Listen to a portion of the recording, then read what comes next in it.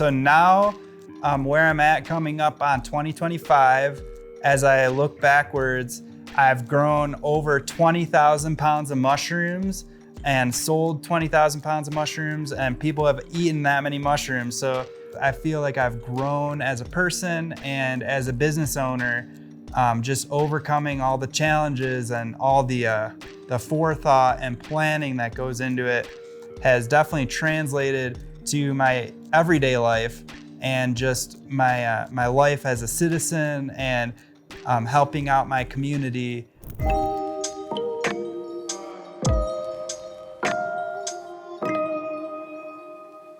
Going all the way back to my early childhood, I have always been interested and I've always participated in having a vegetable garden, perennial gardens.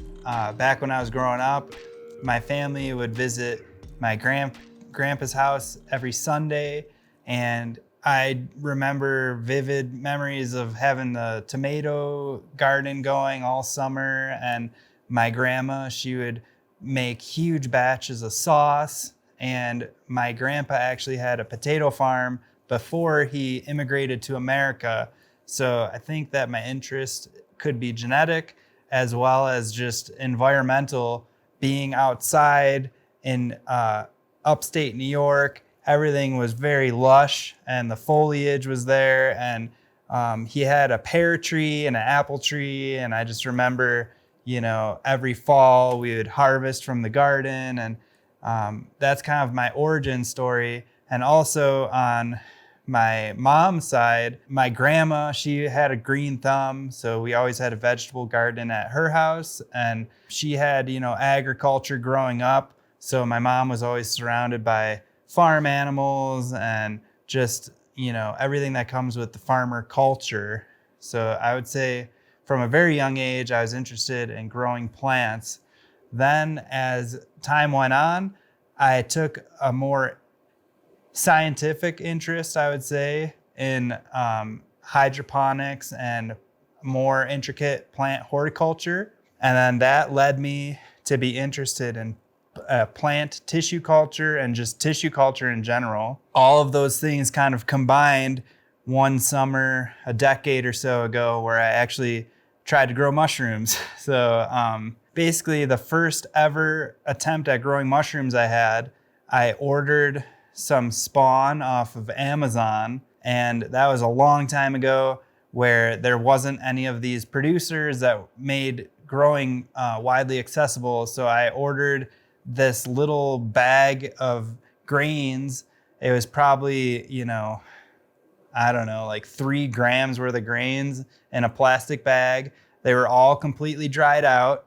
So this was like not a good product at all to start growing mushrooms, but I had no idea what I was doing. So I followed the instructions, and basically they told me to put these grains in potting soil mix. So I got like a little Tupperware. I put my potting soil in and I planted the grains like seeds. And after about 3 weeks of nothing happening, I finally saw the flicker of white mycelium on the surface. I got really excited. I remember I took a bunch of pictures, and then 2 days later, it spread completely over the top of the substrate and it turned green, and it was just a nice harvest of trichoderma. So that was my first ever attempt. And after that, I'm just not one to, take failure lightly. So I doubled down. I bought every Paul Stamets book. I bought the Radical Mycology book by Peter McCoy. I bought Growing Organic Mushrooms from Trad Cotter. I read all these books from cover to cover. And then I started collecting lab equipment. So I was working at the time at a environmental lab, working with the CDPHE. So I remember our lab was getting some new incubators, and they had an old one from the 80s that was sitting in the parking lot. So I approached my boss at the time and I was like, hey, I'll give you $20 for that incubator. And she was like, okay. So that was the start of my equipment journey. And then very quickly after that, I bought my first flow hood, which is right behind me, for a couple $1,000s. It was an Air Science flow hood. This company is in Florida, and they kind of guided me with some, basic specs that were appropriate for tissue culture. So I had a lot of experience doing plant tissue culture at this time, and then that translated into mushroom culturing. If you're familiar, plant tissue culture and mushroom culturing is almost the same thing, just with different media. So it was very easy for me to transition into all the culture work. I slowly built this janky grow tent in my basement. And during that time, I had joined the Mycological Society here in Denver. So that kind of garnered some more interest. My dad's friend at his work, her husband was actually growing mushrooms in Niagara Falls, New York. So I think that another big step forward in my journey was when I was connected with him. He acted as a big mentor for me early on. His name is Anthony DeFranco, and once a month or so, their company would come around my dad's work and sell them mushrooms, just like going door to door. He happened to know these people, at a surface level and introduced me. And then I remember one Thanksgiving, when I flew back to New York, I visited his farm, and everything was kind of like handcrafted, DIY. It was super cool just to see someone's ideas out in the world. And he gave me a bunch of pointers, and he even gave me some of the cultures that I grow today. So that lion's mane, which is near and dear to my heart, came from my mentor, Anthony DeFranco. And he coached me through my first harvest, my setup, my early processes for sterilization. So I would say he was a pretty big factor in my journey early on.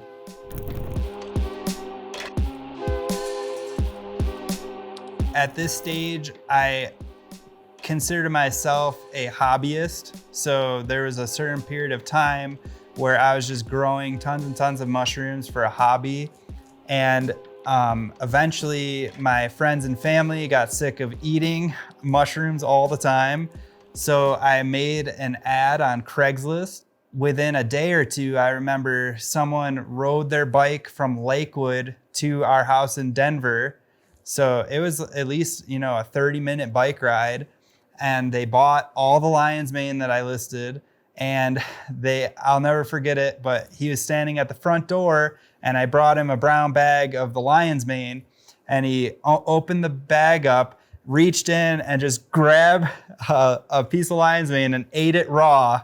And it was that moment in time where I was like, oh my God, there's a market for this, number one. Number two, it's such a unique product. And I guess I told him, you're not supposed to eat it like that. But he was like a pretty good customer early on. So every, chance that I had a batch of lion's mane, he would come back.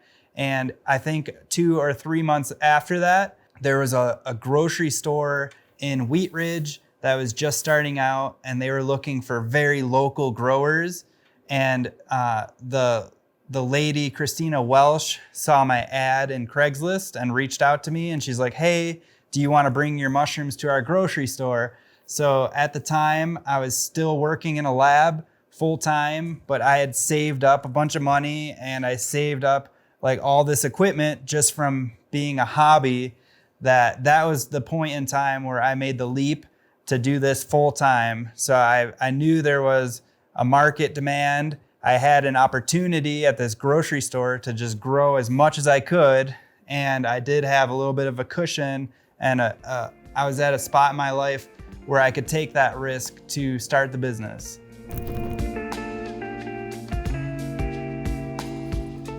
Yeah, so that was about 7 years ago. And quickly, I kind of started growing too many mushrooms just for that store. So there was a similar store in the same town.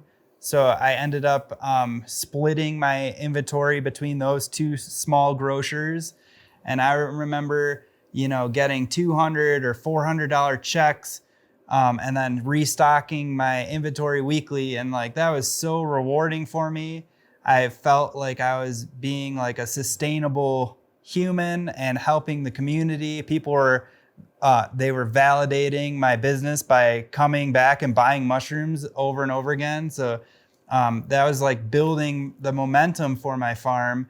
And that following spring, I knew that there was a mushroom farmer who had moved down to Colorado Springs from Denver. So they left an opening at the farmer's market in Cherry Creek. So that following spring, I joined the Cherry Creek Farmers Market. And that was very cool because there was a lot of old veteran farmers that gave me pointers on, how to market and how to price things properly. So I feel like that launched my business to the next level where I started generating profits and I could reinvest into different equipment. A big point in my development was when I purchased my Bubba Barrel sterilizers. So up until that point, I was using Presto pressure cookers and my kitchen was just constantly filled with steam and like rattling pressure cookers. So going from that, like just completely bare bones operation to actually having some commercial equipment, it freed up, 8 or 12 hours a week of my time. And that was kind of like an awesome investment because it was very obvious when, I purchased those sterilizers and scaled up my farm and made my life easier. And then ultimately it made my farm more profitable. So I think that those steps along the way are important to reflect on. And I'm just grateful that the, consumer DIY options were on the table when I started, whereas my mentor, Anthony, there was only like a $30,000 autoclave buy-in, or he had to like DIY everything himself. So the difference between when he started to when I started till today is so in favor of the small scale farmer that, I'm very grateful that I started when I did. And also, it's pretty awesome, all of the information that's on the internet today.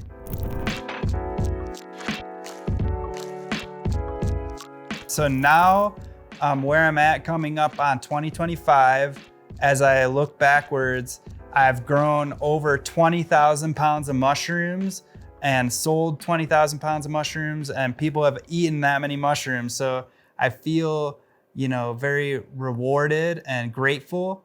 And I've taken the journey of going from working at farmers markets to supplying restaurants to supplying distributors, and seeing all of that and working through those different scenarios. I feel like I've grown as a person and as a business owner, just overcoming all the challenges and all the forethought and planning that goes into it has definitely translated to my everyday life and just my life as a citizen and helping out my community. I love mushroom farming, and I feel like it has a really unique place in our ecosystem. Some of my long-term goals are to create, an abundant garden here on my property, and mushrooms produce compost, which helps the whole entire garden. So coming back full circle from like my interest in gardening as a child to where I'm at now, I feel like this mushroom farm is almost the heart and soul of my property here in Sedalia.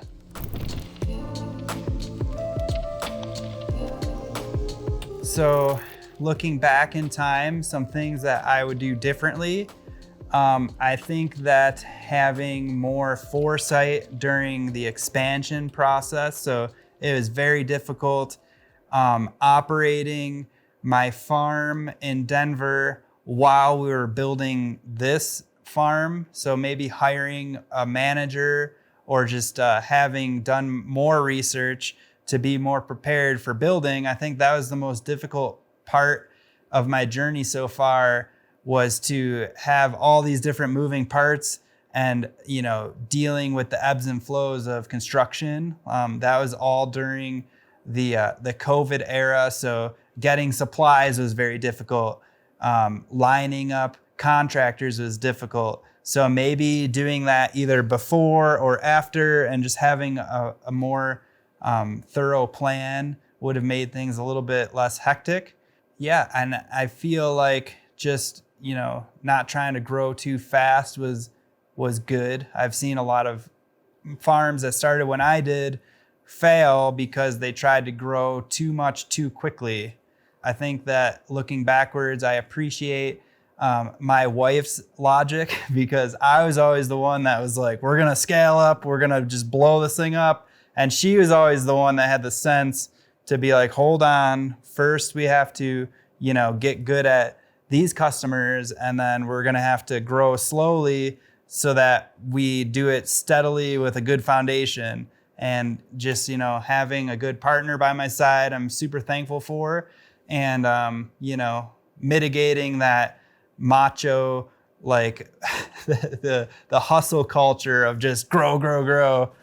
It's definitely paid off now. And I think that it was important to have that, early on, or I might have burned out, really easily.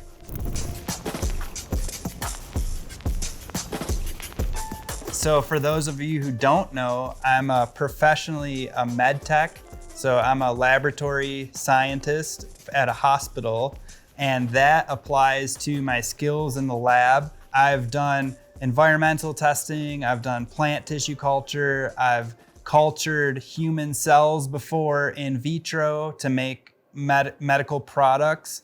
And then currently I'm doing different blood tests for the ER and for inpatient and outpatient customers at our hospital. And I think that just having the lab mindset going into mushroom farming has really helped me leverage, the skills for culturing my own strains, which translates into more unique products in the market. So I think that having more variety of mushrooms comes from my background as a med tech and as a lab tech.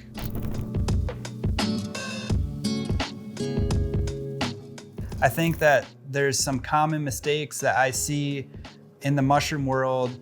A lot of them are trying to push out not quality mushrooms. So from valuing quantity over quality. So mushrooms are very fragile produce. So they have to be really good quality before you scale up. One of the issues that I always see is someone will produce like a medium grade mushroom, and then at that point they think that, okay, if I scale this up tenfold, my mushrooms are gonna stay that same quality. But if you don't have like a superior quality mushroom and then you scale, then your quality is gonna suffer, and all that hard work is not gonna pay off because no one's gonna buy those poor quality mushrooms.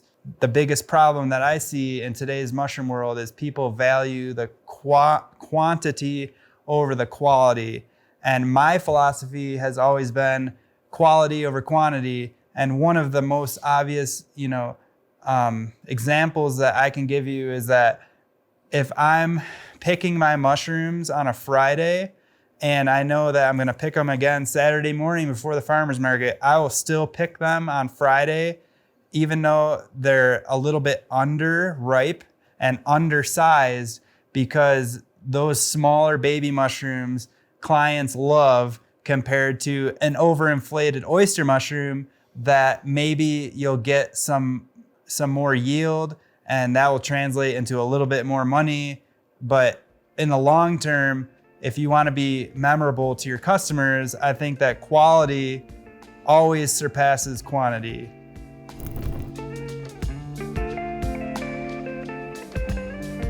So if you're starting to get into growing mushrooms and you make that decision, the most important thing that I would say is you have to be consistent with your schedule. Mushrooms grow so rapidly.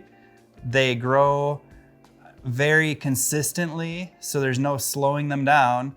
And I think that in order to have a consistent output, you have to have a consistent input. Not a lot of people will, succeed in this job because there's often no days off, especially during the season. If you take one day off, it's going to throw off your whole harvest on the back end, and then that's going to upset your clients. So in order to battle that, you have to be very disciplined with your schedule. And also, you have to be disciplined with your cleaning. Mushrooms have to be clean. It's a high humid environment. Mold can spread rapidly. So having really good discipline about cleaning and having really good discipline about your schedule will take care of 90% of the problems that I see in the mushroom world.